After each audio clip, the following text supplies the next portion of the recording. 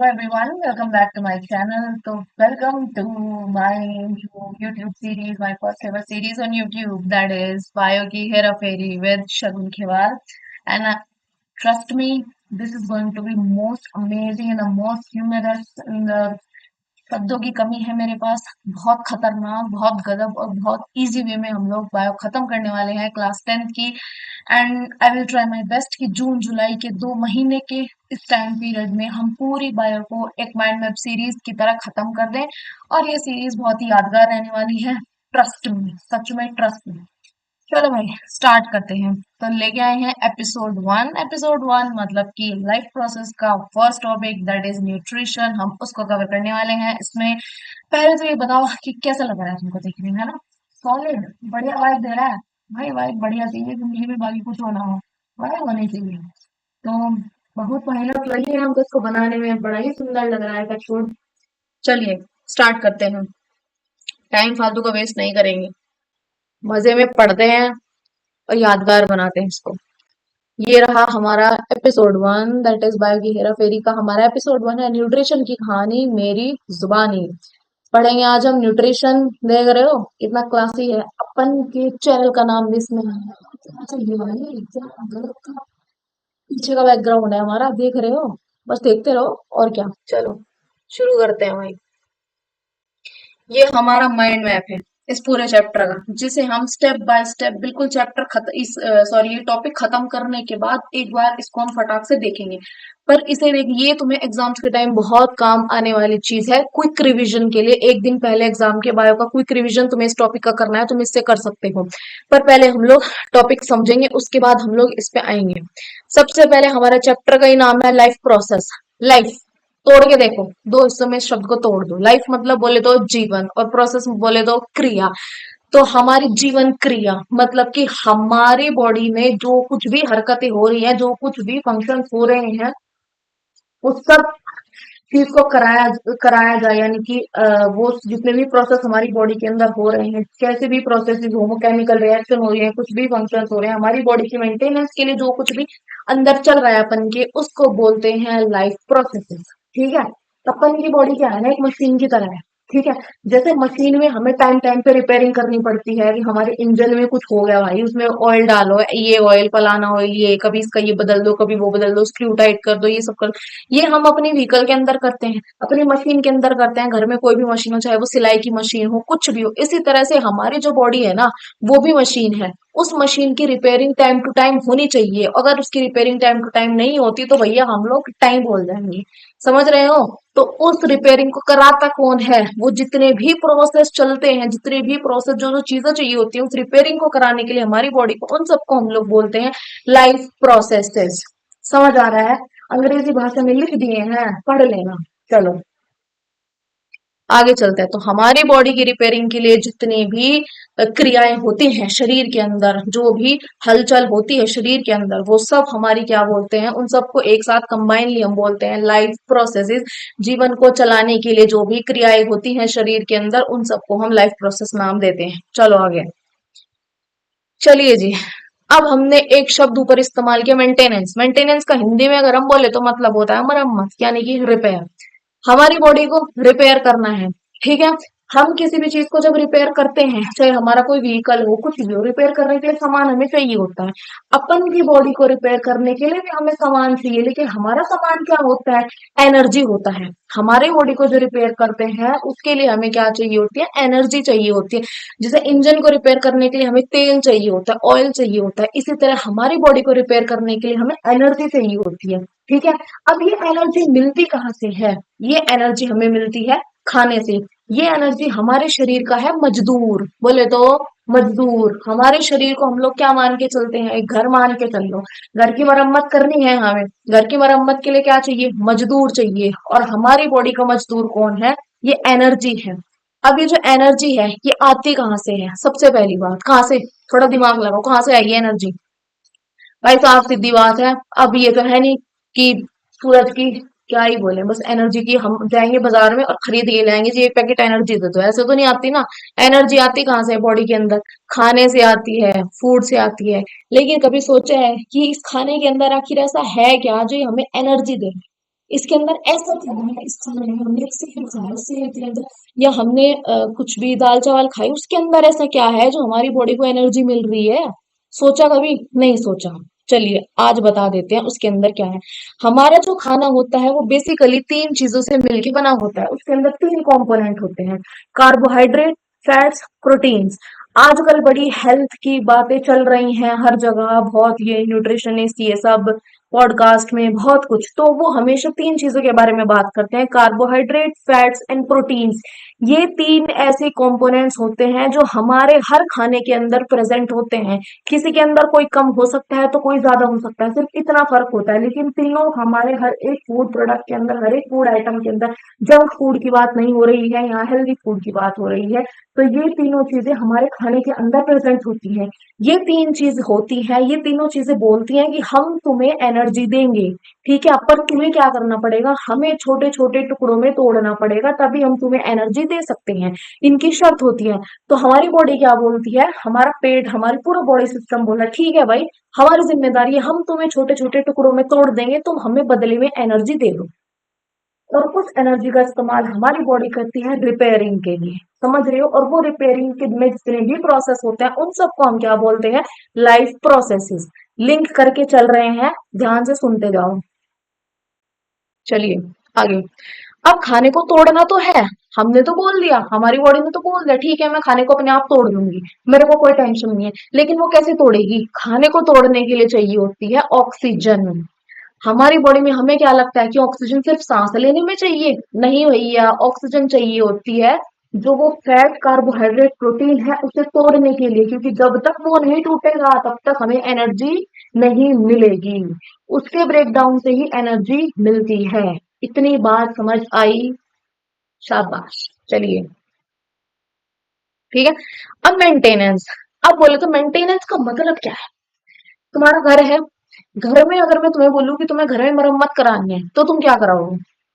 अच्छा, पेंट करा लेंगे, अपना चेक कर लेंगे कि कहीं से वायरिंग वगैरह तो खराब नहीं है, वो सब चेक करेंगे हम लोग। और क्या चेक करेंगे भाई, कहीं से क्या बोलते हैं, टूटा हुआ तो नहीं है कुछ, दीवार विवार में कहीं कुछ छेद वेद कुछ ऐसा तो नहीं है, ये सब है जो भी, इस सब को हम घर की मरम्मत, यही होते हैं भाई हमारे घर की में तो मरम्मत, बाकी तुम्हारा पता नहीं। इसी तरह बॉडी के अंदर क्या मरम्मत हो सकती है? बॉडी के अंदर मरम्मत होती है कि बॉडी में कहीं भी कोई सेल, कोई टिश्यू या कोई ऑर्गन, लिवर, किडनी, यहाँ कोई दिक्कत तो नहीं होगी।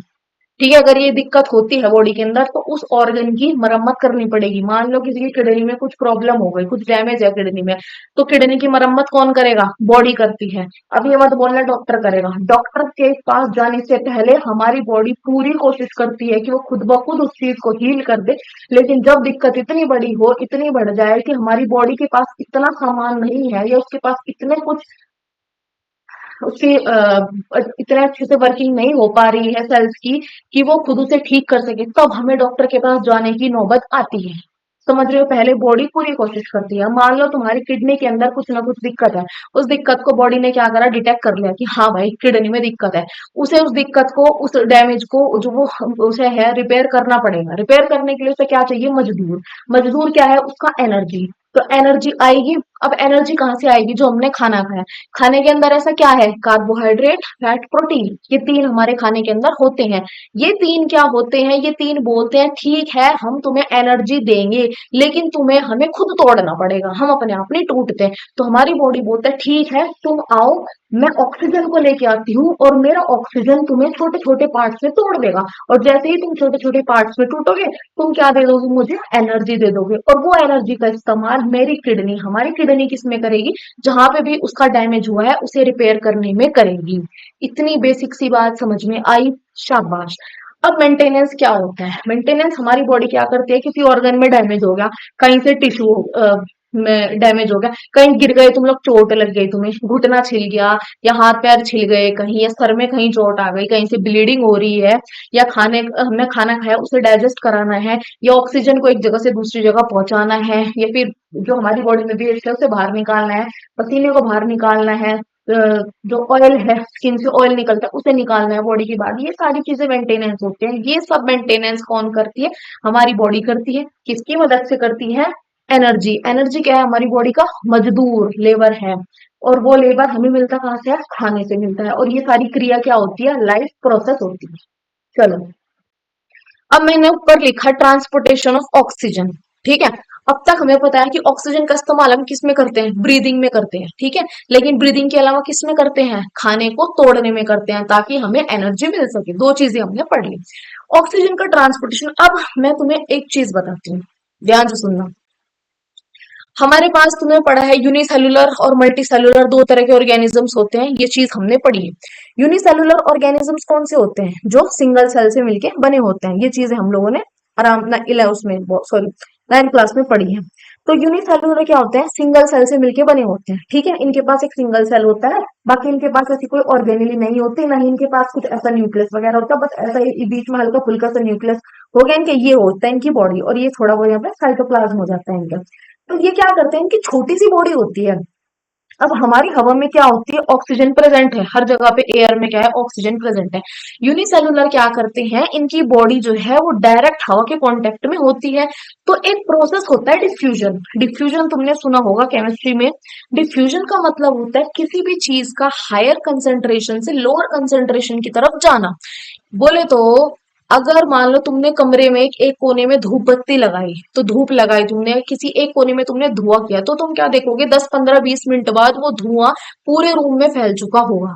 तो ये क्या है? डिफ्यूजन। लगाई तो तुमने एक कोने में थी, लेकिन वो फैल के पूरे रूम में चला गया, मतलब कि वो अपनी हाई कंसेंट्रेशन से, जहां तुमने लगाई थी वहां उसकी कंसेंट्रेशन हाई थी, वो लोअर कंसेंट्रेशन वाले एरिया में फैल गया। ये होता है डिफ्यूजन। इसी तरह से यूनिसेलुलर ऑर्गेनिज्म जो होते हैं, जो सिंगल सेल से मिलके बने होते हैं, उनकी जो बॉडी होती है वो डायरेक्ट एयर के कांटेक्ट में होती है, एटमॉस्फेयर के कांटेक्ट में होती है। तो ऑक्सीजन बहुत ही आसान तरीके से क्या होती है? बाहर से उनकी बॉडी के अंदर एंटर कर जाती है। इस प्रोसेस को बोलते हैं डिफ्यूजन। तो इस तरह से यूनिसेलुलर ऑर्गेनिज्म जिनके पास ना डाइजेस्टिव सिस्टम है, ना रेस्पिरेटरी सिस्टम है, ना एक्सक्रीशन के लिए कुछ है, कुछ नहीं होता है इनके पास, ये इस तरीके से क्या करते हैं? ऑक्सीजन को लेते हैं अपनी बॉडी के अंदर। समझे?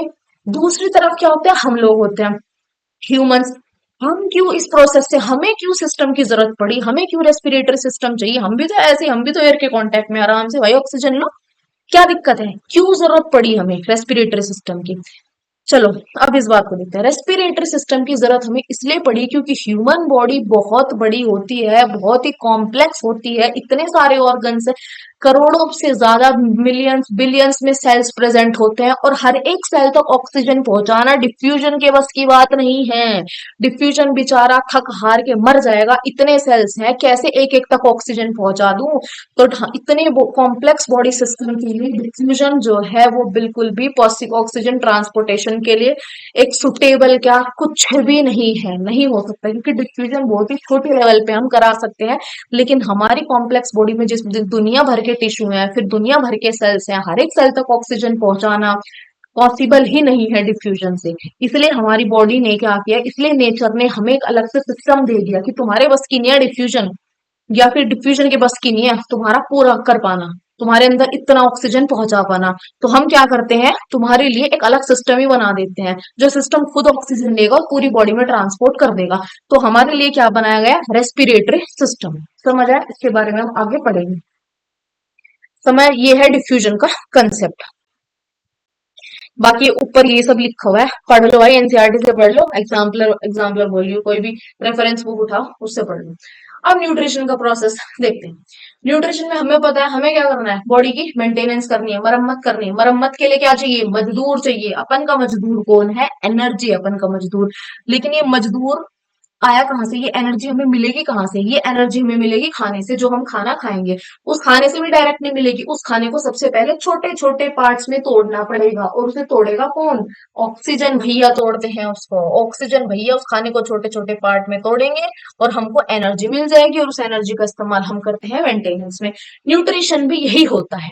न्यूट्रिशन का बेसिक सा मतलब होता है कि कोई भी ऐसी चीज जो हमारी बॉडी की मेंटेनेंस के लिए या प्रॉपर वर्किंग के लिए हमें सपोर्ट करे, हमारी बॉडी को सपोर्ट करे, उसे वो चीज दे जो उसे चाहिए, ताकि वो अच्छे तरीके से काम करे। यही बेसिकली न्यूट्रिशन होता है। समथिंग विच नरिशेस और supports our body for its proper working, इसी को हम बोलते हैं न्यूट्रिशन। ठीक है, ये इसी से जुड़ा हुआ न्यूट्रिशन है। कोई भी ऐसी चीज जो हमारी बॉडी के अंदर जा रही है और हमारी बॉडी को कहीं ना कहीं फायदा पहुंचा रही है, उसे सपोर्ट कर रही है, चाहे वो उसकी मेंटेनेंस में, चाहे उसकी ग्रोथ में, उसके डेवलपमेंट में, हाइट बढ़ाने, किसी भी चीज में, वो क्या होता है, वो न्यूट्रिशन होता है। समझ आई? ये है न्यूट्रिशन। चलो आगे बढ़िए भैया। देखो, हमने बताया न्यूट्रिशन। न्यूट्रिशन हमारा क्या है? एक देसी ट्विस्ट देगी से पढ़ो। देसी ट्विस्ट में सबसे पहले हम एक डिफरेंस जान लेते हैं। फूड और न्यूट्रिशन दोनों में फर्क क्या होता है? फूड का मतलब क्या है? जो भी चीज हमने खाई वो फूड होता है। न्यूट्रिशन क्या है? किस तरह से वो जो चीज हमने खाई है वो हमारी बॉडी को फायदा पहुंचा रही है, या वो हमारी बॉडी को सपोर्ट कर रही है, चाहे वो उसकी ग्रोथ में सपोर्ट कर रही है, हाइट बढ़ाने में, डेवलपमेंट में, सेल्स की ग्रोथ में, टिश्यू के रिपेयर में, किस तरह से वो जो चीज हमने खाई है वो हमारी बॉडी को हेल्प कर रही है, किसको अपन लोग क्या बोलते हैं?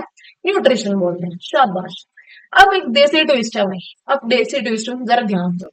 हमारा जो बॉडी है, हमारा शरीर है, तुम्हारी बॉडी है, वो क्या है? तुम्हारा घर है। घर की क्या करनी है? मरम्मत। शाबाश। मरम्मत के लिए क्या चाहिए? मजदूर। मजदूर कहाँ से? मजदूर क्या है हमारी बॉडी के हिसाब से देखे जाए तो? एनर्जी है। ये मजदूर हमें मिलेगा कहाँ से? खाने से मिलता है। खाने से, न्यूट्रिशन से। अब न्यूट्रिशन क्या है हमारा? कॉन्ट्रैक्टर है। ठीक है, अब तुमने अपना घर बनवाया। घर ये तो नहीं कि तुम गए, तुम्हें घर बनवाना भाई, ठीक है, घर की रिपेयरिंग करानी है और जाओ तुम किसी को भी पकड़ लो, भाई आ जा, तू आ जा, ऐसे कर दे। ऐसे नहीं होगी ना तुम्हारे घर की रिपेयरिंग। तुम पहले जाओगे, पहले तुम क्या देखोगे? ठेकेदार को देखोगे, कॉन्ट्रैक्टर को देखोगे, उसे तुम क्या दोगे? ठेका दोगे, या फिर बोलूं मैं तुम्हें, अपना कॉन्ट्रैक्ट दोगे कि भाई मुझे मेरे घर की मरम्मत करानी है और मुझे तो 1 महीने में ये पेंट करके और ये सब करके तू मेरे को मेरा घर पकड़ा दे। ठीक है, तो वो क्या है? कॉन्ट्रैक्टर के पास जाओगे ना तुम, फिर कॉन्ट्रैक्टर अपने वर्कर लेके आता है कि ठीक है ये मेरे मजदूर है, ये 1 महीने में जी आपका काम खत्म कर देंगे। ठीक है, ऐसा तो नहीं कि तुम डायरेक्ट उनके पास, मजदूरों के पास पहुंच जाओगे कि आओ भाई काम कर दो। नहीं, तुम एक कॉन्ट्रैक्टर के पास जाओगे, ठेकेदार के पास जाओगे, उसे बोलोगे कि मुझे मेरे घर में ये काम करवाना है, फिर वो तुम्हारे घर मजदूर भेजेगा, जी ये मेरे आदमी है, 10 आदमी, और ये आपका ऐसे ऐसे 1 महीने में काम खत्म कर देंगे। ये होता है ना पूरा प्रोसेस। इसी तरह हमारी बॉडी के अंदर प्रोसेस होता है। हमारी बॉडी क्या है? हमारा घर है। हमें घर की क्या करानी है? मरम्मत करानी है, रिपेयरिंग करानी है, मेंटेनेंस करानी है, सब कुछ एक ही है। तीनों, दोनों तीनों वर्ड का मतलब समझ आया? मरम्मत के लिए हमें भी क्या चाहिए? मजदूर चाहिए। हमारी बॉडी का मजदूर होता है हमारी एनर्जी। अब ये एनर्जी हमें मिलेगी कहाँ से? ये मजदूर कहाँ से आएंगे? कॉन्ट्रैक्टर के पास से आएंगे। और वो कॉन्ट्रैक्टर क्या है हमारा? खाना है जी, न्यूट्रिशन है जी, बस खत्म। इस तरह से तुम्हें याद रखना है कैसी सारी चीजें लिंक होती हैं। और बाकी अगर मैं तुमसे पूछे वही कि फूड के अंदर ऐसा क्या है जो एनर्जी मिली? अच्छा, फूड के अंदर 3 चीजें, कार्बोहाइड्रेट, फैट, प्रोटीन। ये तीनों टूटती हैं और जब ये तीनों टूटती हैं जी एनर्जी रिलीज करती है। अब कोई तुमसे पूछे इन्हें तोड़ कौन रहा है? भाई ये तो कौन बैठा है जो इन्हें तोड़ेगा? अरे ऑक्सीजन है हमारी बॉडी में, दुनिया भर का ऑक्सीजन आता है और धड़ धड़ इनको तोड़ देता है और हमें एनर्जी दे देता है। चलो, समझ आया इतना फंडा? बस, शाबाश। चलिए, हमें पता है हमें एनर्जी कहाँ से मिली? खाने से मिली। अब तुमसे एक क्वेश्चन पूछा जाए कि ये जो खाना है ये आया कहाँ से? खाना आया कहाँ से? अब तुम क्या बोलोगे? मम्मी ने बनाया था, किचन में था, हमने खा लिया, वहां से आया। वहां से आता है खाना? बड़म बेवकूफ लोगो, जो खाना आया वो कहाँ से आया? वो आता है पेड़ पौधों से। लेकिन पेड़ पौधों से ही खाना क्यों आता है? एक क्वेश्चन है, पेड़ पौधे के पास ऐसा क्या है कि वो खाना दे पा रहे हैं हमें? हम ये क्यों नहीं कहते कि भाई किसी बोले तो ये जो हमारा दीवार है, दीवार से खाना मिल जाए हमें, या हम बेड पे बैठे बेड से खाना आ जाए। ठीक है, पेड़ पौधों के पास ऐसा क्या है, ट्रीज के, इन प्लांट्स के पास ऐसा क्या है कि वो खाना दे पा रहे हैं हमें? वो चीज हम नेक्स्ट टॉपिक में पढ़ेंगे। चलो, अब सबसे पहले हमारे न्यूट्रिशन के टाइप होते हैं। न्यूट्रिशन हमारा क्या था? न्यूट्रिशन था हमारा कॉन्ट्रैक्टर, ठेकेदार। ठेकेदार, समझ आ? तो अब न्यूट्रिशन 3 तरह का होता है, ऑटोट्रॉफिक, होलोजोइक और हेटेरोट्रॉफिक। ऑटोट्रॉफिक कौन होता है? ऑटोट्रॉफिक न्यूट्रिशन वो एक न्यूट्रिशन का टाइप होता है जो अपना खाना खुद बना लेते हैं। ठीक है। हेटेरोट्रॉफिक क्या होता है? जो अपना खाना खुद नहीं बना सकते। ऑटो का मतलब होता है सेल्फ, ऑटो मतलब सेल्फ, खुद। तो जो अपना खाना खुद बनाते हैं उन्हें ऑटोट्रॉफिक बोलते हैं, और जो खाना खुद नहीं बना सकते उनको हम लोग क्या बोलते हैं? हेटेरोट्रॉफिक बोलते हैं। अब ऑटोट्रॉफिक क्या है? अब ऑटोट्रॉफिक खाना खुद बना रहे हैं, लेकिन कैसा? उनके पास ऐसा क्या है कि वो खाना खुद बना रहे हैं? उनके पास होता है ब्रह्मास्त्र। उस ब्रह्मास्त्र का नाम क्या है? क्लोरोफिल। क्लोरोफिल एक ऐसी जड़ी बूटी होती है प्लांट्स के पास जिसकी मदद से वो अपना खाना खुद बना सकते हैं। लेकिन ये जड़ी बूटी ना एक शर्त पे काम करती है जी। ये जड़ी बूटी ऐसे ही नहीं कि तुम इसे ऐसे ही काम करा लोगे। जड़ी बूटी बोलती है कि मैं तुम्हें खाना तो दूंगी, लेकिन तुम्हें मुझे एक गुफा के अंदर लेके जाना पड़ेगा पहले। मैं एक गुफा के अंदर ही मिलूंगी, गुफा के अंदर ही काम करूंगी। और वो गुफा क्या है? वो गुफा होती है हमारी क्लोरोप्लास्ट, जो कि प्लांट्स में प्रेजेंट होती है। तो एक ब्रह्मास्त्र होता है प्लांट्स के पास जो कि होता है क्लोरोफिल। क्लोरोफिल एक जड़ी बूटी है और वो जड़ी बूटी हमें गुफा के अंदर मिलती है। उस गुफा का नाम होता है क्लोरोप्लास्ट। और ये जड़ी बूटी होती है, ये बोलती है कि तुम मुझे CO2 दोगे, पानी दोगे, और सूरज की किरणें मेरे ऊपर पड़नी चाहिए, तब जाके मैं तुम्हें खाना बना के दूंगी। और प्लांट के पास ये सारी सुविधाएं प्रेजेंट होती हैं, इसलिए प्लांट के पास इस जड़ी बूटी के इस ब्रह्मास्त्र की वजह से ही प्लांट्स अपना खाना खुद बना सकते हैं। इसलिए हमें खाना प्लांट से मिलता है, ना कि किसी टेबल चेयर, किसी जानवर, इन सब से नहीं मिल रहा हमें खाना। क्यों? क्योंकि उनके पास क्लोरोफिल ही नहीं है। वो खुद खाना नहीं बना सकते, वो खुद पेड़ पौधों पे डिपेंड है खाना पाने के लिए। समझ रहे हो? तो समझ आए? प्लांट्स के पास ऐसा क्या है? ब्रह्मास्त्र है, क्लोरोफिल एक जड़ी बूटी है जी। जो जड़ी बूटी कहाँ मिलेगी? गुफा में मिलती है। उस गुफा का नाम क्या होता है? क्लोरोप्लास्ट होता है। और वो गुफा प्लांट्स के अंदर ही मिलती है।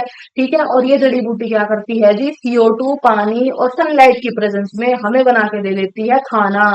खाना बोले तो ग्लूकोज। और ये ग्लूकोज जो होता है, अब जो प्लांट होगा उस ग्लूकोज का इस्तेमाल करता है। लेकिन प्लांट के पास इतना ज्यादा ग्लूकोज हो जाता है ना, वो सारा इस्तेमाल नहीं कर पाता। तो प्लांट क्या करता है? जितने की उसे जरूरत है उतने का वो इस्तेमाल करेगा। इस्तेमाल भी किस चीज में करता है? जैसे हमारी बॉडी खाने से एनर्जी लेके रिपेयरिंग करती है, इसी तरह प्लांट भी ये जो खाना होता है इस खाने से क्या करता है? अपनी खुद की हाइट बढ़ाना, डेवलपमेंट कराना, सेल्स की ग्रोथ कराना, इन सब चीजों में इस्तेमाल करता है प्लांट इस खाने को। और इसके पास जो एक्स्ट्रा खाना होता है उस एक्स्ट्रा खाने को ये स्टोर कर लेता है in the form of starch. In the form of starch. समझ आया? ठीक है। खाना बहुत सारा बनता है तो एक्स्ट्रा खाने को कैसे स्टोर करता है? In the form of starch. जिस तरीके से, बिल्कुल सेम तरीके से हमारी बॉडी होती है, हमारी बॉडी के अंदर खाना होता है, लेकिन हमारी बॉडी के अंदर जो एक्स्ट्रा खाना होता है हमारी बॉडी उस एक्स्ट्रा खाना को स्टोर करती है in the form of glycogen. Same process है। फर्क क्या है? कि प्लांट अपने अंदर खाना स्टोर करता है in the form of starch, और हमारी बॉडी खाने को स्टोर करती है in the form of glycogen. ठीक है। बात सेम है, बस दोनों के लिए वर्ड अलग है। खाना स्टोर करना है, एक कर रहा है स्टार्च की फॉर्म में स्टोर, दूसरा कर रहा है ग्लाइकोजन की फॉर्म में स्टोर। अब फोटोसिंथेसिस किस प्रोसेस को बोलते हैं? फोटोसिंथेसिस। ये जो गुफा के अंदर प्रोसेस हो रहा है जहाँ CO2, पानी, क्लोरोफिल की प्रेजेंस में और सनलाइट की प्रेजेंस में हमें खाना बना के दे रहे हैं एक गुफा के अंदर, और गुफा का नाम है क्लोरोप्लास्ट। इस प्रोसेस को बोलते हैं फोटोसिंथेसिस। फोटो का मतलब होता है सनलाइट, सिंथेसिस का मतलब बनाना किसी भी चीज का। तो किसी भी चीज को बनाने का जो प्रोसेस होता है वो फोटोसिंथेसिस होता है। यहाँ क्या बन रहा है? सनलाइट की प्रेजेंस में फूड बन रहा है। तो ये होता है हमारा फोटोसिंथेसिस। अब फोटोसिंथेसिस के अंदर कुछ इवेंट्स होते हैं, कुछ स्टेप्स होते हैं जो अब हमें देखने को मिलता है। सबसे पहले जो इसमें हमारा इवेंट होता है वो होता है कि सनलाइट को एब्जॉर्ब किया जाता है। क्लोरोफिल, अब मैंने क्या बताया कि क्लोरोफिल क्या है? हमारी एक जड़ी बूटी है जो हमें गुफा के अंदर मिलती है, लेकिन वो जड़ी बूटी बोलती है कि मेरे को सनलाइट चाहिए, मुझे धूप की किरणें चाहिए, मैं तभी काम करूंगी वरना मैं काम नहीं करूंगी। ये उसकी शर्त होती है जड़ी बूटी की। तो जो हमारे क्लोरोफिल होता है इस फोटोसिंथेसिस के अंदर, वो सनलाइट को एब्जॉर्ब करता है, सनलाइट लेता है, तब जाके काम करता है। ये तो होता है पहला इवेंट, पहली क्रिया जो इसके अंदर होती है। दूसरा जो इसके अंदर इवेंट होता है कि इसके अंदर जो लाइट एनर्जी होती है, सन से लाइट एनर्जी आती है, उसे किसमें बदला जाता है? केमिकल एनर्जी में बदला जाता है। केमिकल एनर्जी में कैसे बदलते हैं? वाटर की स्प्लिटिंग से। वाटर की स्प्लिटिंग का मतलब होता है पानी को तोड़ा जाता है, H2 को, H positive plus OH negative के अंदर। ये जो H पॉजिटिव आयंस होते हैं, ये 11th क्लास में अगर बाय लोगे तब पढ़ोगे। ये H पॉजिटिव आयंस रिस्पॉन्सिबल होते हैं लाइट एनर्जी को केमिकल एनर्जी में कन्वर्ट करने के लिए। इससे ऊपर तुम्हारा क्वेश्चन नहीं आएगा, याद रखना।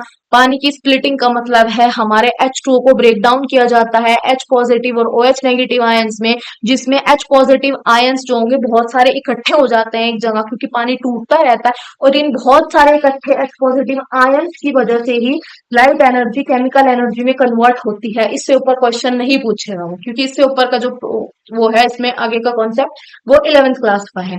ठीक है। तीसरा जो प्रोसेस इसमें होता है, कार्बन डाइऑक्साइड का इस्तेमाल किया जाता है। हमने ऊपर रिएक्शन पढ़ी, हमने उसमें ही देखा कि H2O और CO2 चाहिए, उससे क्या बना, C6H12O6, फॉर्मूला याद रखना, ग्लूकोज का फॉर्मूला होता है। तो CO2 से C6 में बदलने के प्रोसेस को क्या बोलते हैं, रिडक्शन। सबसे पहली बात, रिडक्शन का मतलब क्या होता है, रिडक्शन का मतलब होता है हाइड्रोजन को ऐड करना, H को ऐड करना। तो हाइड्रोजन ऐड हुआ, इसलिए इस प्रोसेस का नाम रिडक्शन दिया। जहां से हाइड्रोजन हट जाएगा उसे हम क्या बोलेंगे, ऑक्सीडेशन बोलेंगे। या जहां पे ऑक्सीजन ऐड करेंगे उसे हम ऑक्सीडेशन बोलेंगे, और जहां पे हाइड्रोजन ऐड होगा उसे हम रिडक्शन बोलेंगे। तो CO2 से कार्बोहाइड्रेट ग्लूकोज या C6H12O6 में बदलना, इस प्रोसेस को बोलते हैं हम रिडक्शन। अब ये है CO2 भैया, और ये बन रहा है C6H12O6। तो देख रहे हो यहाँ पे हाइड्रोजन ऐड हुआ है, H12 हुआ, यहाँ पे हाइड्रोजन है नहीं है, लेकिन यहाँ पे हाइड्रोजन ऐड हुआ, तो इसलिए इस प्रोसेस का क्या नाम रखा गया, रिडक्शन रखा गया। तो तीन प्रोसेस होते हैं फोटोसिंथेसिस में, बोर्ड में पूछे जाने वाला क्वेश्चन है, याद रखना। तीन इवेंट होते हैं। सबसे पहला क्या होता है कि जो क्लोरोफिल नामक जड़ी बूटी है वो बोलती है मुझे लाइट चाहिए, वो सनलाइट को लेती है, एब्जॉर्ब करती है। दूसरा प्रोसेस क्या होता है कि पानी टूटता है, किसकी में तो टूटता है, ये भी याद रखना, H पॉजिटिव और OH नेगेटिव आयंस में टूटता है, और इन H पॉजिटिव आयंस की मदद से ही लाइट एनर्जी मतलब सूरज से जो एनर्जी आ रही है वो एनर्जी केमिकल एनर्जी में कन्वर्ट हो जाती है। तीसरा प्रोसेस क्या होता है कि जो हमने कार्बन डाइऑक्साइड ली है फोटोसिंथेसिस कराने में, वो उसका क्या हो जाता है, रिडक्शन हो जाता है। रिडक्शन का मतलब क्या होता है, हाइड्रोजन का ऐड हो जाना, मतलब इस CO2 में हाइड्रोजन ऐड हो जाता है और क्या बना लेता है, ग्लूकोज बना लेता है, जिसका फॉर्मूला होता है C6H12O6। आई होप ये तीनों इवेंट समझ आ गए होंगे, इससे ऊपर क्वेश्चन नहीं पूछेगा, आई गारंटी हूँ। ठीक है, समझ आया। अब क्लोरोप्लास्ट जो होता है, ये क्लोरोफिल जो होता है सिर्फ हमें प्लांट सेल में देखने को मिलता है। ये क्लास 9th में डिफरेंस आता है प्लांट एनिमल सेल में, उसमें तुमने पढ़ा होगा, वो गुफा क्लोरोप्लास्ट ही है। अब एक है हमारा गार्ड सेल्स और स्टोमेटा नाम का टॉपिक। हमारी क्या होती है, पत्ती है, पत्ती समझते हो, ठीक है, अंग्रेज तो हो नहीं भाई, तुम पत्ती तो समझते ही होंगे। अब देखो, ये हमारी लीफ होती है, इस पत्ती के अंदर क्या होता है ना, इस पत्ती की सरफेस पे क्या प्रेजेंट होते हैं, छोटे छोटे ऐसे वो होते हैं, पोर्स बोले तो, ये पोर्स हमारे स्टोमेटा होते हैं। हमें पता है हमारी बॉडी दुनिया भर के सेल से मिलके बनी है। अगर तुम अपने हाथ को देखो, क्या तुम्हें तुम्हारे हाथ पे कहीं सेल दिख रहा है, नहीं दिख रहा। हमें क्या दिखती है, सिर्फ स्किन दिखती है, ये सिर्फ हमें अपनी स्किन, ये खाल दिख रही है हमें, एक सिंगल सेल तो नहीं दिख रहा ना। इसी तरीके से जो ये हमारी पत्ती है, इस पत्ती में तुम्हें कहीं सिंगल सेल दिख रहा है, नहीं दिख रहा, ऐसे नहीं दिखता। माइक्रोस्कोप में देखते हैं तब सिंगल सेल दिखता है, वरना नहीं दिखेगा। तो इस पत्ती की जो सरफेस होती है, इस पत्ती की सरफेस पे क्या होते हैं, बहुत सारे स्टोमेटा प्रेजेंट होते हैं। इन स्टोमेटा के दो काम होते हैं। इन स्टोमेटा का पहला जो काम होता है वो होता है ट्रांसपीरेशन कराना। क्या कराना, ट्रांसपीरेशन कराना। और इन स्टोमेटा का जो दूसरा काम होता है वो क्या होता है, CO2 और ऑक्सीजन एक्सचेंज कराना। CO2 और ऑक्सीजन एक्सचेंज कराना, ये इनका काम होता है। ठीक है, पहला काम होता है ट्रांसपीरेशन कराना, दूसरा काम होता है ऑक्सीजन और CO2 एक्सचेंज कराना, ये इनका काम होता है इन स्टोमेटा का। अब हमारी जो ये पत्ती है, ये कौन से सेल से मिलके बनी है, ये बेसिकली मिलके बनी होता है मीजोफिल सेल से। कौन से सेल होते हैं, मीजोफिल सेल। अगर आप चाहो तो याद कर सकते हो, वरना ये 11th क्लास में पूछा जाता है। ठीक है, तो हमारी पत्ती मीजोफिल सेल से मिलके बनी होती है। तो जो मीजोफिल सेल है, देखो भाई इस तरह के हैं, ये मीजोफिल सेल इस तरह से सेल्स होते हैं। इन सेल के अंदर क्या है, स्टोमेटा है। ठीक है, अब ये क्या है हमारा, ये पूरा का पूरा हमारा स्ट्रक्चर होता है गार्ड सेल्स का। गार्ड सेल्स क्या होते हैं, गार्ड सेल्स ऐसे सेल्स होते हैं जिनके मतलब किडनी शेप सेल्स होते हैं, बीन शेप सेल्स होते हैं। इनके दो ये इस तरह से क्या होता है, इनके अंदर क्लोरोप्लास्ट प्रेजेंट होते हैं, और उस क्लोरोप्लास्ट के अंदर क्लोरोफिल होता है, और वो क्लोरोफिल क्या कराता है, फोटोसिंथेसिस कराता है। तो दो गार्ड सेल्स के बीच में जो होता है इस तरह का स्ट्रक्चर होता है, और ये जो स्ट्रक्चर होता है इसी को हम क्या बोलते हैं, स्टोमेटल पोर बोलते हैं या स्टोमेटा बोलते हैं। यही रिस्पॉन्सिबल होता है किस चीज के लिए, ट्रांसपीरेशन कराने के लिए। ट्रांसपीरेशन का मतलब क्या होता है, पानी का इवेपोरेशन होना पत्ती की सरफेस पे। दूसरा ऑक्सीजन और CO2 के एक्सचेंज के लिए स्टोमेटल पोर ही रिस्पॉन्सिबल होता है। स्टोमेटा क्या होते हैं, दिन के टाइम पे खुलते हैं, रात के टाइम पे बंद हो जाते हैं। कुछ प्लांट ऐसे होते हैं जिनमें स्टोमेटा दिन में बंद रहते हैं और रात को खुलते हैं। बता रही हूँ सिर्फ कि कुछ प्लांट ऐसे होते हैं, ये चीज याद रखना, इससे डिटेल में नहीं जाएंगे हम। ठीक है, अब स्टोमेटा क्या होते हैं, they remain close when CO2 is not needed. जब CO2 की इन्हें जरूरत नहीं होती तो क्या होता है, स्टोमेटा बंद हो जाते हैं। रात के टाइम पे क्या होता है, ऐसा बोला जाता है कि हमें पेड़ के नीचे नहीं सोना चाहिए। क्यों? क्योंकि उस टाइम पे जो प्लांट है वो CO2 नहीं ले रहा, वो CO2 एब्जॉर्ब ही नहीं कर रहा। तो एटमोस्फेयर में बहुत ज्यादा अमाउंट में CO2 प्रेजेंट है, उस प्लांट के आसपास बहुत सारी CO2 प्रेजेंट होती है, इसलिए रात को पेड़ के नीचे नहीं सोना चाहिए, क्योंकि उस टाइम पे वो CO2 नहीं ले रहा। CO2 क्यों नहीं ले रहा, कभी सोचा है? क्यों नहीं ले रहा CO2? अरे भैया, वो CO2 इसलिए नहीं ले रहा क्योंकि उसे फोटोसिंथेसिस नहीं करनी। फोटोसिंथेसिस क्यों नहीं करनी? क्योंकि उसे रात को सनलाइट नहीं मिल रही है, इसलिए तो उसे CO2 की जरूरत नहीं है। और CO2 की जरूरत नहीं है तो फिर वो बिना मतलब फालतू में काहे को अपनी एनर्जी वेस्ट करेगा? सनलाइट नहीं मिल रही है तो वो CO2 क्यों लेगा? क्यों? वो भी आराम से सोएगा, चिल मारेगा, रात को पार्टी वार्टी करेगा। तो क्या उसको ही काहे की लोड लेना था? चलिए आगे चलिए। समझ आया? इतना समझ आया? ये क्या है हमारा? गार्ड सेल है। गार्ड सेल क्या होते हैं? बीन शेप सेल्स होते हैं जिनके अंदर क्लोरोप्लास्ट प्रेजेंट होता है, और ये लीव्स में प्रेजेंट होते हैं। और क्या होता है, इनके बीच में स्टोमेटल पोर प्रेजेंट होता है, और ये स्टोमेटल पोर ही ट्रांसपीरेशन और CO2 ऑक्सीजन का एक्सचेंज कराता है। रात के टाइम पे प्लांट को CO2 की जरूरत नहीं होती, तो वो अपने स्टोमेटा को बंद कर लेता है, ऐसे चुपते हो जाता है उसके स्टोमेटा, बंद कर लेता है। CO2 की जरूरत क्यों नहीं होती? क्योंकि रात को सनलाइट नहीं है, और जब सनलाइट ही नहीं है तो उसको क्या करने का, वो भी पार्टी करेगा, चिल करेगा, क्योंकि फोटोसिंथेसिस तो नहीं कर पाएगा वो, क्योंकि जड़ी बूटी की शर्त है कि उसको क्या चाहिए, सनलाइट चाहिए, इसलिए। और जड़ी बूटी कौन है? क्लोरोफिल है। समझे? चलो, अब क्या है, हमें पता है फोटोसिंथेसिस तो पढ़ा। अब जब फोटोसिंथेसिस पढ़ा तो हमने एक बेसिक सी बात देखी कि फोटोसिंथेसिस कराने के लिए हमें CO2 और पानी की जरूरत पड़ती है। ठीक है, इतनी बात तो समझी। अब CO2 की जरूरत पड़ी क्यों? आखिर CO2 नेसेसरी क्यों है? इस चीज को जानने के लिए साइंटिस्ट ने क्या किया, एक एक्सपेरिमेंट कराया। उस एक्सपेरिमेंट में क्या किया, उन लोगों ने ग्लास के जार लिए, 2 ग्लास जार लिए, दोनों बिल्कुल सेम थे। उनके अंदर सेम प्लांट रखा, बिल्कुल दोनों के अंदर दो अलग अलग प्लांट्स रखे, मतलब ऐसे सेम प्लांट था, सेम क्लास का, सेम फाइलम किंगडम का सेम प्लांट था। ठीक है, और लेकिन दोनों में क्या किया, अब एक जार के अंदर उन्होंने क्या रखा, एक कॉटन रखी, एक प्लेट के अंदर बिल्कुल कॉटन ली, कॉटन को पूरी तरह से QH के सॉल्यूशन में डुबा दिया, डुबा के गीला करके उसे रख दिया इधर।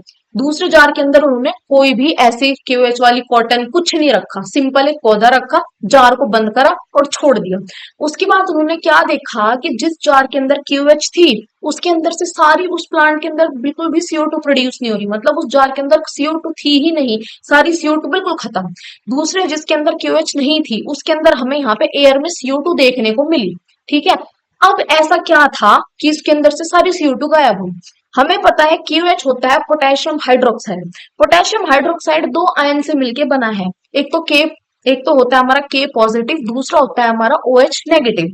तो ये जो KOH होता है, ये QH क्या करता है, एटमॉस्फेयर में जितनी भी CO2 प्रेजेंट होती है, सारी की सारी CO2 को एब्जॉर्ब कर लेता है। तो इसी तरह जो KOH में भीगा हुआ कॉटन रखा था, उस कॉटन ने एटमॉस्फेयर से, मतलब यहाँ से इस जार के अंदर जितनी भी प्लांट ने CO2 प्रोड्यूस की थी, जो भी CO2 थी, वो सारी की सारी CO2 इसने प्लांट से लेके एब्जॉर्ब कर ली। बल्कि दूसरे के अंदर QH नहीं था, तो CO2 सारी एयर में हमें देखने को मिली। अब इसके अंदर जब CO2 ही नहीं थी, तो क्या देखने को मिला साइंटिस्ट को, कि इसके अंदर फोटोसिंथेसिस ही नहीं हुआ। फोटोसिंथेसिस नहीं हुआ, इसके अंदर फोटोसिंथेसिस देखने को मिला, तो उससे ये चीज प्रूव हो गई कि फोटोसिंथेसिस कराने के लिए CO2 की जरूरत पड़ती है, क्योंकि इसमें CO2 नहीं थी तो यहाँ पे फोटोसिंथेसिस नहीं हुआ, इसमें CO2 थी तो यहाँ पे फोटोसिंथेसिस हो गया। तो इस एक्सपेरिमेंट साइंटिस्ट ने प्रूव कर दी चीज। समझ आया? चलिए जी, अब आते हैं हमारे ऑटोट्रॉफ कॉन्ट्रैक्टर की। अगर हम बात करें, ऑटोट्रॉफ जो हमारा ठेकेदार है, ऑटोट्रॉफ ठेकेदार की जरूरत होती है, हमें पता है अपने घर मरम्मत के लिए देते हैं तो उससे जरूरत होती है सामान की, जैसे कि उसे पेंट के डब्बे प्रोवाइड कराना, सीमेंट प्रोवाइड कराना, सरिया वगैरह प्रोवाइड कराना, और भी पता नहीं बहुत सी जरूरतें होती है, तो वो सब हमें देनी पड़ती है उसको। ठीक है, ये तो हम उसको पैसा देते हैं कि जा तू लेके आ जा, या फिर हमें उसे वो सब सामान लाके देना पड़ता है। इसी तरह से जो हमारा प्लांट होता है, प्लांट कॉन्ट्रैक्टर जी जो होते हैं, हमारा जो ऑटोट्रॉफ्स होते हैं, ऑटोट्रॉफ्स को भी जरूरत पड़ती है। खाना बनाना है, फोटोसिंथेसिस कराना है, लेकिन उसके लिए उन्हें किसी न किसी चीज की तो जरूरत पड़ेगी। तो उन्हें दो चीजों की बेसिकली जरूरत होती है। सबसे पहले उन्हें चाहिए होता है पानी। क्या चाहिए होता है जी? पानी चाहिए होता है। दूसरा उन्हें क्या चाहिए होता है? न्यूट्रिएंट्स चाहिए होते हैं, न्यूट्रिएंट्स। न्यूट्रिएंट्स बोले तो nitrogen, phosphorus, potassium, iron, magnesium, और भी होते हैं बोरोन, मैंगनीज, ये सारे के सारे और भी बहुत तरह के न्यूट्रिएंट्स होते हैं। बहुत सारे न्यूट्रिएंट्स होते हैं जो उन्हें चाहिए होते हैं। ये न्यूट्रिएंट्स अब उन्हें मिलते कहाँ से हैं? हमें पता है, हम अपने घर में कोई भी पौधा उगाते हैं, ठीक है, हम उसमें क्या करते हैं, पानी डालते हैं, उसमें हम फर्टिलाइजर डालते हैं, कई बार हम खाद भी डालते हैं जो हमारा गोबर से मिलकर बना होता है। ये सारी चीजें हम उसके अंदर डालते हैं। क्यों डालते हैं? ताकि वो अच्छे से ग्रो करे, अच्छे से उगे, उसके अंदर जो फल आए वो अच्छे अच्छे बड़े बड़े साइज के हो। इसलिए हम ये सब कुछ उसके अंदर डालते हैं। इसी तरीके से क्या होता है, ये जो हमारा प्लांट है, हम खेत में पेड़ पौधे उगाते हैं, पानी देते हैं। अब जो हमारे पेड़ की जो जड़ें होती है ना, वो बहुत गहराई तक मिट्टी में फैली हुई होती है। तो वो क्या करते हैं, जब हम उसके अंदर पानी डाल रहे हैं, उसके अंदर खाद डाल रहे हैं, ये सारी चीजें हम फर्टिलाइजर डाल रहे हैं और भी दवाइयां वगैरह डालते हैं, तो वो सबकी सब जा कहाँ रही है? वो मिट्टी में ही तो जा रही है। मिट्टी में ही तो प्लांट उग रहा है, तो मिट्टी में डाल लेंगे भाई, ये है तो है नहीं, हवा में स्प्रे कर दो। नहीं डालेंगे तो वही उसमें ना, प्लांट में डालेंगे तो उस मिट्टी में ही। तो मिट्टी से वो क्या करती है, मिट्टी के अंदर नीचे जमीन में चले जाते हैं वो सारा पानी, वो सारे न्यूट्रिएंट जो भी हम डाल रहे हैं। तो पेड़ की जो जड़ें हैं नीचे, उस पौधे की जो भी जड़ें हैं, वो जड़ें क्या करती है, मिट्टी से उस वाटर को, उन न्यूट्रिएंट्स को सबको एब्जॉर्ब कर लेती हैं। एब्जॉर्ब करती हैं और उसके बाद उन्हें ऊपर प्लांट में पहुंचा देती है। कहाँ पहुंचाती है? जहां जिस चीज की जरूरत होगी। अगर नाइट्रोजन की जरूरत पत्ती को है, तो नाइट्रोजन पत्ती तक ही जाएगी, स्टेम तक नहीं जाएगी। याद रखना, जहां जिस चीज की ज्यादा जरूरत होती है, वो चीज वहां पहले जाती है। बाद में दूसरी जगह अगर वो बची तो दूसरी जगह पहुंचा देते हैं। इस तरह प्लांट के अंदर चलता है। तो ये दोनों की दोनों चीजें प्लांट को कहाँ से मिलती है? सॉइल से मिलती है, मिट्टी से मिलती है। क्योंकि हम वो चीज मिट्टी में डाल रहे हैं, तो मिट्टी से ही मिलेगी। अब तो हमने देखा है हमारे घर में, देखा होगा किसी ने, जो वो आते हैं फर्टिलाइजर वगैरह, आते हैं दवाइयां वगैरह आती है, फर्टिलाइजर जो है उनके जो बड़े बड़े पैकेट कट्टे होते हैं, उन पे एनपीके लिखा होता है। एनपीके का मतलब होता है कि उस फर्टिलाइजर के अंदर नाइट्रोजन, फोस्फोरस और पोटेशियम प्रेजेंट होता है, इसलिए उस पे एनपीके लिखा हुआ होता है। ठीक है। अब जो हमारा नाइट्रोजन होता है, नाइट्रोजन का इस्तेमाल किस चीज में किया जाता है? नाइट्रोजन का इस्तेमाल प्रोटीन बनाने के लिए किया जाता है। प्लांट को प्रोटीन क्यों चाहिए? प्लांट को सोचने से पहले तुम सोचो, तुम्हें प्रोटीन क्यों चाहिए? प्रोटीन क्या है? बिल्डिंग ब्लॉक होता है, हाइट बढ़ाता है, मसल स्ट्रेंथ के लिए जरूरी होता है, इसलिए हमें प्रोटीन चाहिए। इसी तरह प्लांट को भी हाइट बढ़ाने के लिए प्रोटीन चाहिए। हाँ, उसे उसके अंदर मसल स्ट्रेंथ ऐसा कुछ नहीं होता, बट उसकी जो स्टेम होती है, जो उसकी टहनी है, उसकी मजबूती के लिए उसे प्रोटीन चाहिए। हमारे अंदर मसल्स होते हैं, उसके अंदर वो टहनी है, उसकी स्टेम है, उसकी मजबूती के लिए उसे प्रोटीन चाहिए होता है। अपनी ग्रोथ कराने के लिए उसे प्रोटीन चाहिए होता है। अलग अलग कंपोनेंट बनाने के लिए उसे प्रोटीन चाहिए होता है। इस तरह जैसे हमारी कुछ अलग जरूरत है, प्लांट की कुछ अलग जरूरत है, लेकिन है सेम ही, प्रोटीन वही है, समान सेम है, लेकिन चाहिए दोनों को, और अलग अलग तरीके से इस्तेमाल होता है दोनों की बॉडी में। चलिए, अब दूसरे तरह का हमारा न्यूट्रिशन होता है हेटेरोट्रॉफिक न्यूट्रिशन। हेटेरोट्रॉफिक न्यूट्रिशन कौन सा न्यूट्रिशन होता है? कौन से प्लांट्स होते हैं मैं बोलूं, जो अपना खाना खुद नहीं बना सकते? इनके पास अब दो रास्ते होते हैं। पहले तो एक कॉमन रास्ता है कि खुद नहीं बना रहे, मतलब इन्हें खाना बाहर से लेना पड़ेगा। बाहर से खाना लेने के भी दो तरीके होते हैं। पहला तरीका होता है, इन्होंने क्या किया, बाहर से खाना उठाया, खाया, अपनी बॉडी के अंदर ही उसे ब्रेक डाउन कर लिया। ठीक है। दूसरा तरीका होता है कि ये जो खाना है बाहर ही उसे छोटे छोटे पार्ट्स में तोड़ लेंगे, उसके बाद अपनी बॉडी के अंदर डालते हैं। दो तरीके होते हैं। सबसे पहले खाने को अपनी बॉडी के अंदर लेंगे और अपनी बॉडी के अंदर उसे ब्रेक डाउन करेंगे, छोटे छोटे टुकड़ों में उसको तोड़ेंगे। दूसरा तरीका क्या है कि बाहर ही उस खाने को छोटे छोटे टुकड़ों में तोड़ के तब अपनी बॉडी के अंदर लेंगे। ये जो दूसरा तरीका होता है, इसे आलसी जो होते हैं ना, आलसी लोग, आलसी ऑर्गेनिज्म बोल लो, आलसी प्राणी से करते हैं। आलसी प्राणी कौन से होते हैं हमारे? ईस्ट, मोल्ड, फंगस, ये सब छोटे छोटे माइक्रो ऑर्गेनिज्म। ये क्या करते हैं, अपने बॉडी के अंदर नहीं लेके जाते खाने को। ये क्या सोचते हैं, इस काम को यही करो, निपटाओ इसको, बाहर ही छोटे छोटे हिस्सों में से तोड़ेंगे, उसके बाद उसे अपनी बॉडी के अंदर लेके जाएंगे। ठीक है। और जो हम हो गए, ह्यूमंस हो गए, एनिमल्स हो गए, वो क्या करते हैं, खाने को अपनी बॉडी के अंदर ले जाते हैं और अपने शरीर को थोड़ा कष्ट देते हैं कि तू खुद तोड़ ले भाई इसे, तो हमारी बॉडी उस खाने को ब्रेक डाउन करती है। दूसरी टर्म हमारे पास आती है पैरासिटिक हेटेरोट्रॉफ। पैरासिटिक, पैरासाइट क्या होते हैं? पैरासाइट्स वो प्राणी होते हैं जो दूसरों के ऊपर निर्भर होते हैं, जैसे कि लाइस, टेपवर्म, टिक्स, जुएं जो होती हैं, या गाय भैंस के ऊपर तुम्हें देखने को मिल जाएंगी जुएं जैसे जो होते हैं। वो क्या करते हैं, उनकी बॉडी से, उनकी सरफेस से खून चूसते हैं उनका, समझ रहे हो ना, खाना लेते हैं वो, ब्लड सक करते हैं, वो ब्लड सक कर रहे हैं, वही उनका खाना है। वो पैरासिटिक होते हैं, जो दूसरे ऑर्गेनिज्म के ऊपर डिपेंड करते हैं, उसकी बॉडी से न्यूट्रिएंट्स को एब्जॉर्ब कर रहे होते हैं, उसकी बॉडी से अपना खाना लेते हैं। जैसे कि टेपवर्म्स होते हैं। टेपवर्म्स बेसिकली इंसानों के स्मॉल इंटेस्टाइन में, ह्यूमंस के स्मॉल इंटेस्टाइन में देखने को मिलते हैं। इनके छोटे छोटे अंडे हमारे इंटेस्टाइन में देखने को मिलते हैं। ये हमारी बॉडी के अंदर कहाँ से आते हैं, बाहर मिट्टी वगैरह जो हो गई, सॉइल वगैरह से आते हैं, और ये इतने खतरनाक होते हैं, इतनी तेजी से ग्रोथ करते हैं कि पूरे हमारे स्मॉल इंटेस्टाइन को घेर के बैठ जाएंगे। बहुत बहुत कभी देखना, फोटो देखना, तुम्हें गूगल पे मिल जाएगी। बड़े खतरनाक सीन होता है इनका, पूरे इंटेस्टाइन में बहुत जल्दी फैलते हैं ये टेप वॉर्म्स। ठीक है, तो ये बाहर का जंक वंक नहीं खाना चाहिए और कंटेमिनेटेड वाटर यूज नहीं करना चाहिए, इनसे बचो, बड़े खतरनाक होते हैं। ठीक है, तो टिक्स लाइस जो ह्यूमंस, हाँ कई बार हमें जुएं वगैरह हो जाती हैं, और डॉग्स के ऊपर देखने को मिलता है, एनिमल्स में देखने को मिलते हैं ये सब। ये उनकी सरफेस पे चिपके हुए होते हैं और बड़ी मुश्किल से हटाए जाते हैं, नहीं हटा सकते तुम इन्हें आसानी से। ठीक है, और ये क्या करते हैं, उनकी सरफेस से उनकी जो बॉडी है उससे खून ब्लड सक करते रहते हैं, और वही उनका खाना है भाई। तो दूसरे ऑर्गेनिज्म पे डिपेंड कर रहे हैं। अब यूनिसेलुलर के अंदर न्यूट्रिशन कैसे होता है? यूनिसेलुलर हमने सिंपल सा पढ़ा कि इसके अंदर ना तो कोई रेस्पिरेटरी कोई सिस्टम नहीं होता, सिंपल सा क्या, सिंगल सेल से मिलके बने हैं, और एक न्यूक्लियस होता है टूटा फूटा सा इनके पास। इनके एग्जाम्पल अमीबा, पैरामीशियम ये होते हैं। अब इनके अंदर कोई डाइजेस्टिव सिस्टम नहीं होता, तो ये खाना कैसे खाते हैं, ये चीज कैसे समझे हम, इनका न्यूट्रिशन चलता कैसा है, इनकी बॉडी के अंदर खाना कैसे जा रहा है, इनकी बॉडी की ग्रोथ कैसे हो रही है, वो चीज हम देखते हैं। सबसे पहले क्या होता है इसमें, इन्हें जैसे ही खाना दिखता है, ये क्या करता है, पहले इनकी नजर रहती है कि हम क्या करें, खाने को देखो। इन्हें जैसे ही खाना दिखता है, ये खाना दिखते ही अपनी बॉडी की शेप बदल लेंगे। क्या करेंगे, अपनी बॉडी को इस तरह खाने के चारों तरफ लपेट लेते हैं और ऐसे एक स्ट्रक्चर बना लेंगे जिसे बोलते हैं सूडोपोडिया।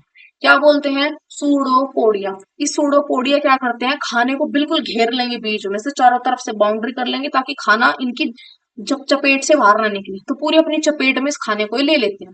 उसके बाद क्या करते हैं, धीरे धीरे चपेट में धीरे धीरे इस खाने को अपने अंदर सरका लेंगे। अपने अंदर कहाँ लेके जाते हैं, इनके पास फूड वैक्यूल प्रेजेंट होता है। फूड वैक्यूल का काम होता है खाने को स्टोर करना। फूड वैक्यूल इनके अंदर प्रेजेंट है, उस फूड वैक्यूल के अंदर ये खाने को स्टोर कर लेते हैं।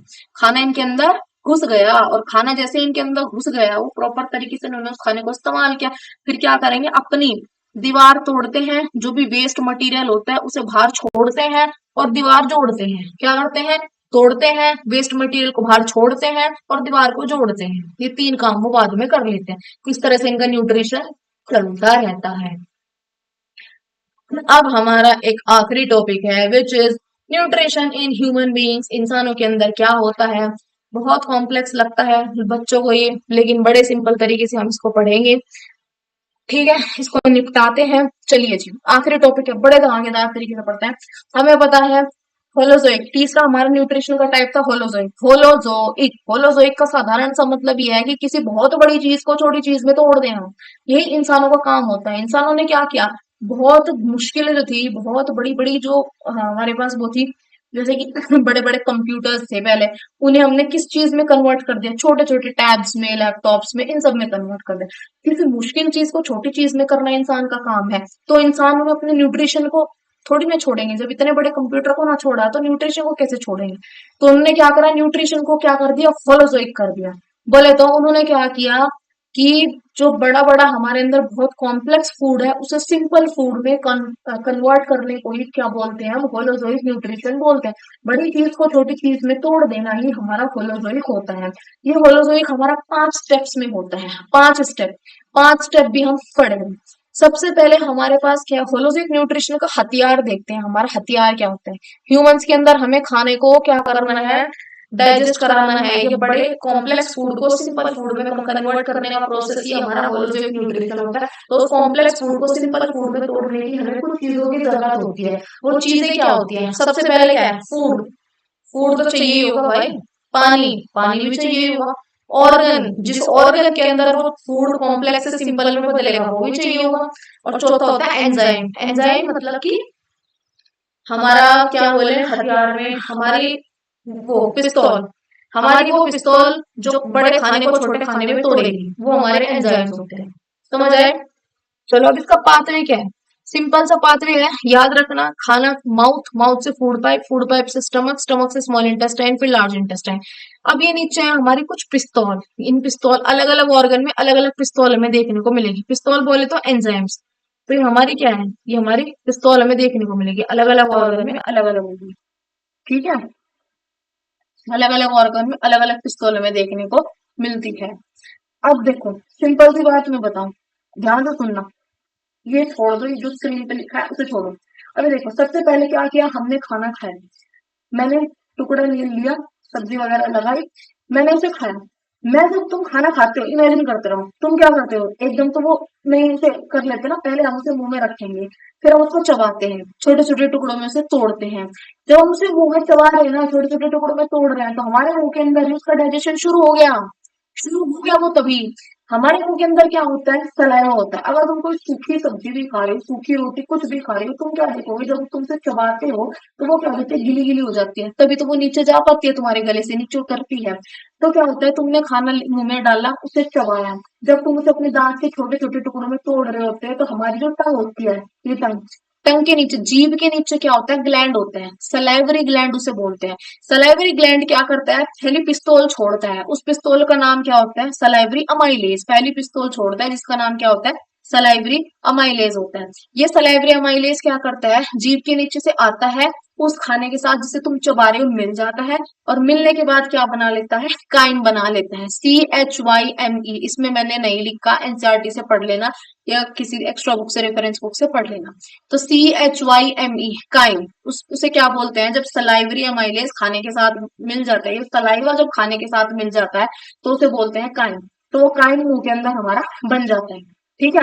उसके बाद वो फूड क्या है, जब वो बहुत काफी छोटे टुकड़ों में टूट गया, उसके बाद उसे क्या करते हैं, हम अपने गले से नीचे लेके जाते हैं। ये होती है हमारी पाइप। इस पाइप का नाम क्या होता है, ईसोफेगस।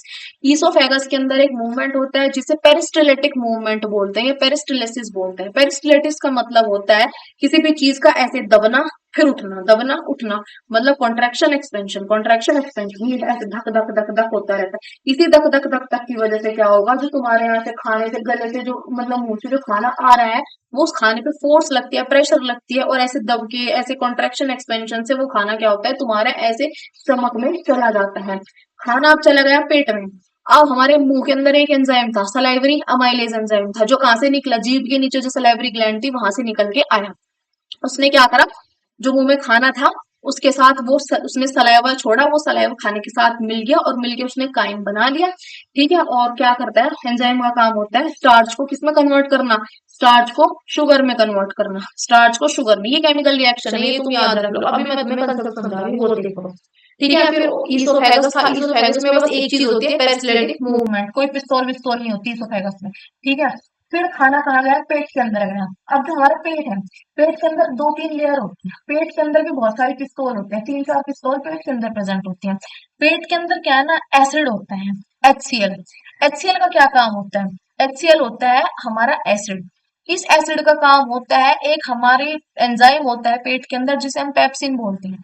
पेप्सिन क्या बोलता है, मैं अपना काम करूंगा, लेकिन मेरी एक शर्त है कि मुझे एसिडिक वो चाहिए एनवायरनमेंट, मैं एसिडिक एनवायरनमेंट में ही काम करूंगा। उस बदतमीज पेप्सिन को एसिडिक एनवायरनमेंट देने के लिए ही हमारे पेट के अंदर जो HCl है वो प्रेजेंट है। HCl, कई बार ऐसा होता है जब हम बोलते हैं कि हमें एसिडिटी बन गई, ये बन गई, वो बन गई, ऐसा क्यों हुआ, क्योंकि HCl की मात्रा उस टाइम पे शरीर में ज्यादा है, हमारे जो स्टमक है वो ज्यादा HCl प्रोड्यूस कर रहा है, इसलिए हमें एसिडिटी बन जाती है। समझ आ रहे हैं? HCl की प्रोडक्शन ज्यादा हो रही है, पेप्सिन को काम कराने के लिए बेचारे HCl को निकलना पड़ता है, HCl सिक्रीट होता है हमारे स्टमक के अंदर, इसलिए HCl प्रेजेंट है। ठीक है। तब तक क्या पड़ा, पेट के अंदर हमारा HCl होता है, दूसरा हमारा पैप्सिन होता है, तीसरा हमारे स्टमक के अंदर म्यूकस प्रेजेंट होता है। म्यूकस क्या होती है, बड़ी चिपचिपी सी परत होती है। म्यूकस का क्या काम होता है, हमारे पेट को उस HCl के इफेक्ट से बचाना। मतलब पेट की जो परत है ना, उस पे पेट की जो लेयर्स होती है, परत मतलब लेयर्स, अगर ये तुम्हारा स्टमक है, इसकी जो लेयर्स है, यहाँ पे म्यूकस प्रेजेंट होता है। इस म्यूकस का काम होता है HCl के इफेक्ट से हमारे स्टमक को बचाना, क्योंकि HCl एक एसिड है, और वो एसिड हमारे पेट की लेयर को जला देगा, जला सकता है वो हमारे स्टमक की लेयर को, पेट की लेयर को। इसलिए क्या होता है, म्यूकस प्रेजेंट होता है, क्योंकि म्यूकस की वजह, म्यूकस जो होता है ना, उसके ऊपर HCl को कोई फर्क नहीं होता, कोई इफेक्ट होता ही नहीं, इसलिए हमारे स्टमक में म्यूकस प्रेजेंट होता है। चौथा जो हमारा एंजाइम प्रेजेंट होता है पेट के अंदर, वो होता है रेनिन। रेनिन दो होते हैं, एक तो ReNIN होता है, ये हमारा किडनी में होता है, इसे छोड़ दो। एक होता है ReNNIN, डबल एन वाले को हमें याद रखना है। जो डबल एन वाला रेनिन है, उस रेनिन का क्या काम होता है, ये छोटे बच्चों के अंदर प्रेजेंट होता है। जब बच्चा छोटा होता है, वो क्या चीज कर खाता है, ज्यादा दूध पीता है, वो 1-2 साल तक तो दूध ही दूध पीता है, और वो कुछ नहीं खाता। ठीक है। तो जो दूध पीता है ना, उस दूध के अंदर प्रोटीन प्रेजेंट है। उस प्रोटीन को तोड़ने के लिए वो रेनिन नाम का एंजाइम होता है, क्योंकि रेनिन वो प्रोटीन है, उस प्रोटीन को बच्चे के अंदर उस दूध में जो प्रोटीन होता है उस प्रोटीन को तोड़ने के लिए रेनिन एंजाइम चाहिए होता है। ठीक है, इसलिए बच्चे के अंदर वो रेनिन प्रेजेंट होता है। जैसे ही बच्चा बड़ा होता चला जाएगा वो रेनिन एंजाइम जो होगा उसकी बॉडी से गायब होता चला जाएगा, क्योंकि अब उसके अंदर कोई मिल्क प्रोटीन नहीं है जिसे तोड़ने की जरूरत है। ठीक है, दूध तो पीता है वो, लेकिन उसके लिए अलग एंजाइम्स आ जाते हैं उसके बाद बॉडी में।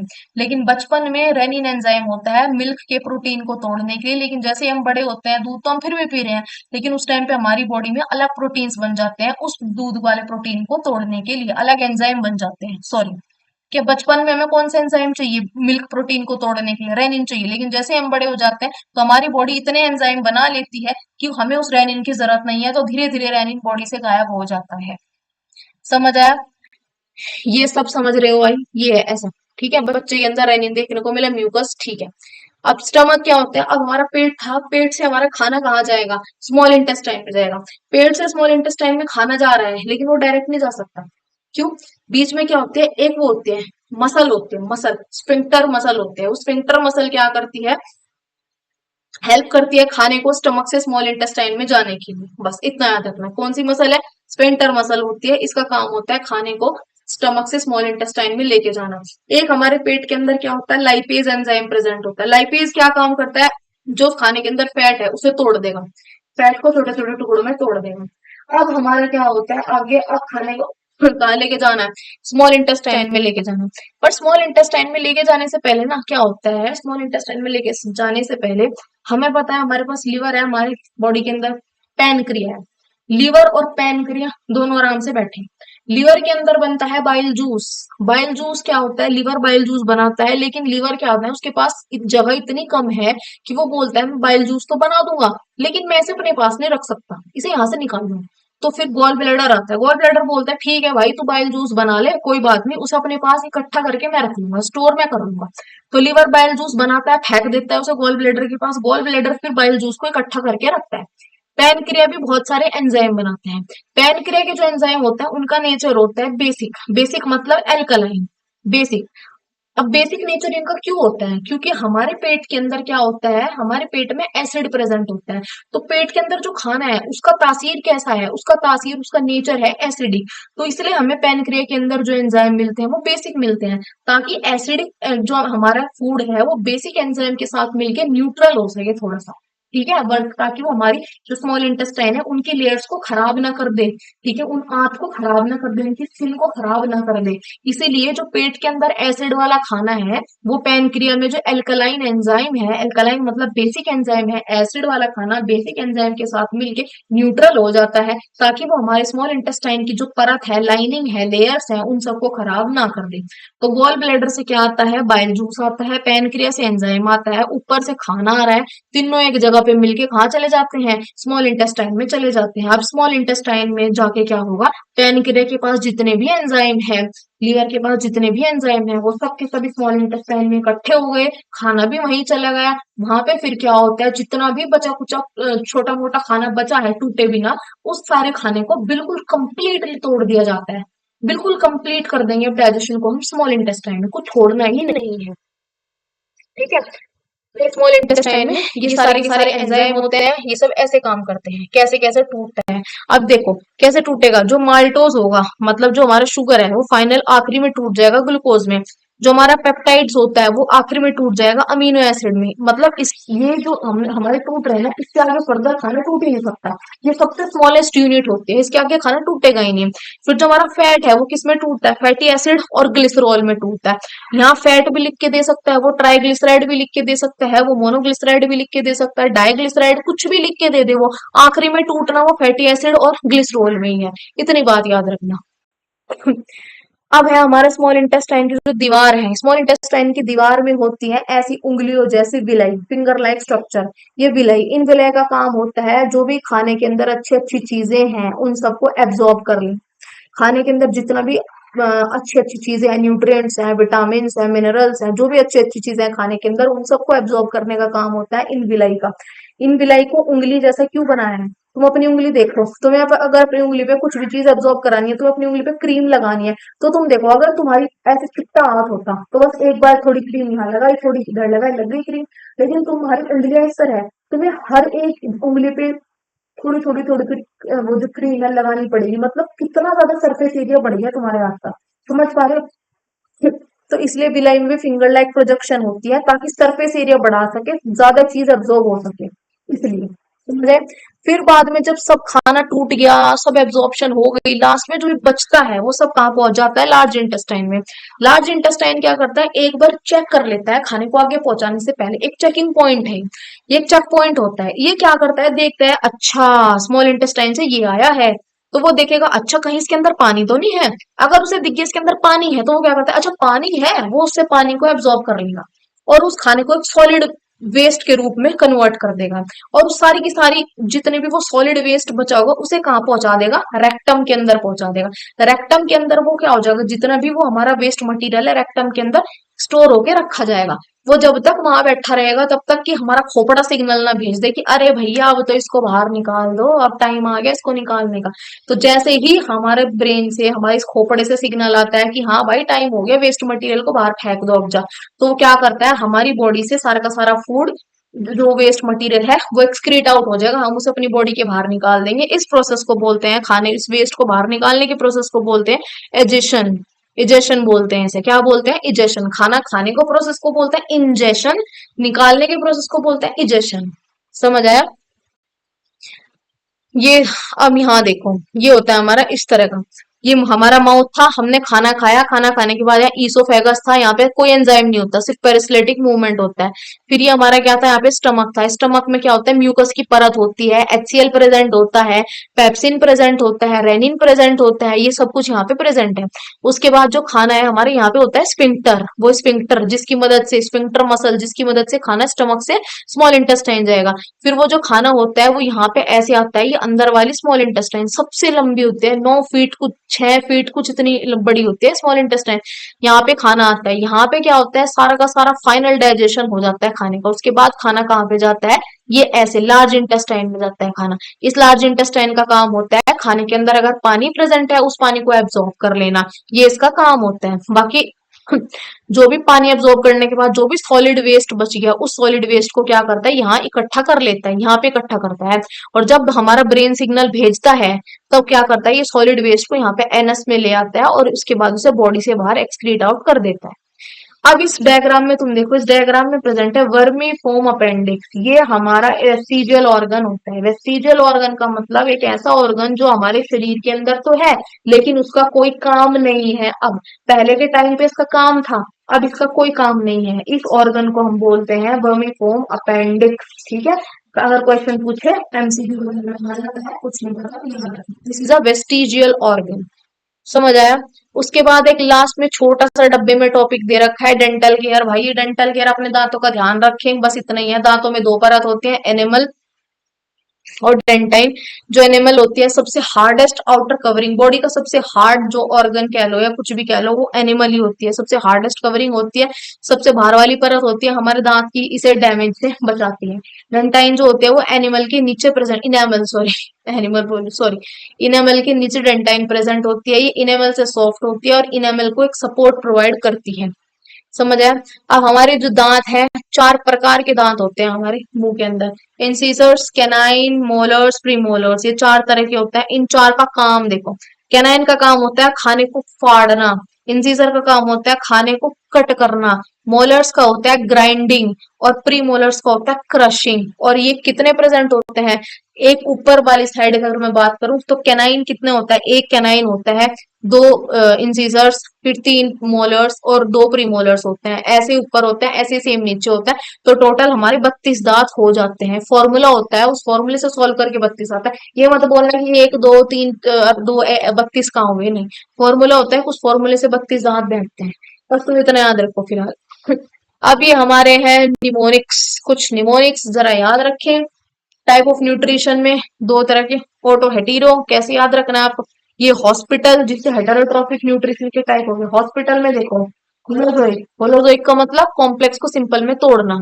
फिर ये होता है हॉस्पिटल में ऑस्मोट्रोपिक या सेप्रोट्रोपिक। सेप्रोफाइटिक, सेप्रोफाइटिक का मतलब होता है कोई भी डेड ऑर्गेनिज्म, कोई भी डेड मरा हुआ प्राणी प्रेजेंट है, मान लो कोई भी चूहा है वो मर गया, तो मरा हुआ चूहा प्रेजेंट है, उस मरे हुए चूहे से जो बैक्टीरिया और फंगस होते हैं वो अपना खाना लेते हैं, ये छोटे छोटे जो इंसेक्ट होते हैं वो उस मरे हुए से अपना खाना ले रहे हैं, उसे बोलते हैं हम सेप्रोफाइटिक। ये भी एक तरह का हेटेरोट्रोफिक न्यूट्रिशन होता है, पूछेगा नहीं बट थोड़ा एडवांस लेवल है। पढ़ लो, पढ़ने में कुछ बुराई नहीं है, पूछ भी सकता है, बाकी पता नहीं। फिर पैरासिटिक होते हैं इंसेक्टिवरियस, जो इंसेक्ट्स को खाते हैं। ठीक है, उसके बाद टिश्यू, टिश्यू फीडिंग, जो टिश्यू खाते हैं, ठीक है, दूसरे का टिश्यू खाते हैं। एब्जॉर्प्टिव, जो मतलब कि जैसे वो होते हैं जुए वगैरह, एब्जॉर्ब करते हैं दूसरे की सरफेस से। लिक्विड फीडिंग, जो सिर्फ लिक्विड को खाते हैं। ये हेटेरोट्रोफिक न्यूट्रिशन के कुछ टाइप है, हॉस्पिटल इसका निमोनिक है, इससे याद रखना। ठीक है, उसके बाद न्यूट्रिशन अमीबा। अमीबा में जो न्यूट्रिशन होता है उसमें हमारे 5 स्टेप प्रेजेंट होते हैं। पहले इंजेशन, फिर digestion, absorption, assimilation, egestion. Ingestion मतलब खाने को निगलना, डाइजेशन मतलब पचाना, एब्जॉर्प्शन मतलब उसका बॉडी में एब्जॉर्ब होना, ठीक है, एसिमिलेशन मतलब जहां जिसकी जरूरत है वहां उसका उपयोग होना, इजेशन का मतलब उसे बाहर निकालना। बहुत सिंपल तरीके से बनाया गया है, बहुत आसानी से इसे समझ सकते हो। ह्यूमन डाइजेस्टिव सिस्टम में ऑर्गन के ऑर्डर कैसे वो काम करते हैं याद रखना। फिर डाइजेस्टिव एंजाइम, ये सब याद रखो। उसके बाद जहाँ कहाँ कहाँ पे कौन सा एंजाइम काम करता है ये याद रखना। ठीक है, न्यूट्रिएंट्स का एब्जॉर्प्शन कैसे होता है, गोल्ड शॉप, ये हमारा गोल्ड शॉप, ऐसे देखो ये जो हमारी होता है ना, ये विलाई है, इन विलाई के अंदर कैसे एब्जॉर्ब होता है और क्या क्या एब्जॉर्ब होता है वो सब याद रखिए। ये हमारे न्यूट्रिशन के फंक्शन और ये इंपॉर्टेंस ऑफ न्यूट्रिशन। ये हमारी हो गई नीचे जाके फोटोसिंथेसिस की रिएक्शन। ये है हमारा पूरा निमोनिक का चार्ट, इससे बाहर एक क्वेश्चन नहीं आएगा, बस इसे याद रखो। बाकी हमने जो ऊपर इसमें ऐड किया है, 1 मिनट, बस 1 मिनट, हमने सबसे शुरू में पढ़ा था, सबसे शुरू में जो हमारा पेज था इसमें माइंड मैप जो था हमारा, एक बार उस पर नजर डाल लेते हैं। ये रहा what is nutrition, type of nutrition, autotrophic nutrition, human digestive system, amoeba हो गया। उसके बाद हमारा डाइजेस्टिव एंजाइम्स कौन कौन से होते हैं, एब्जॉर्प्शन, इंपॉर्टेंस ऑफ न्यूट्रिशन, ये सब। तो ये था हमारा भाई पूरा का पूरा न्यूट्रिशन टॉपिक, इससे बाहर एक क्वेश्चन नहीं पूछेगा। माइंड मैप भी है इसके अंदर निमोनिक्स भी है, इसके अंदर पूरी एक्सप्लेनेशन भी है टॉपिक की। हाँ, चलो 1 मिनट रुको जरा। तो इससे बाहर नहीं आएगा एक भी क्वेश्चन, जो आएगा इसी से आएगा। पूरी एनसीईआरटी, पूरी रेफरेंस सब इनके अंदर कवर हो गई है। आई होप आप लोगों को समझ आई होगी। अब तो आनी चाहिए भाई, डबल डबल रिवीजन चल रहा है। ठीक है, पूरा का पूरा टॉपिक हमारा कवर हो गया। तो अब बताओ भाई कैसी रही हेरा फेरी, कमेंट डाउन करके जरूर बताना। तो मिलते हैं with episode 2 on 3rd of June 2026। तब तक के लिए बाय बाय, पढ़ते रहें, ऐसे 2 महीने में सिलेबस खत्म करना है अपन को। चलिए मिलते हैं।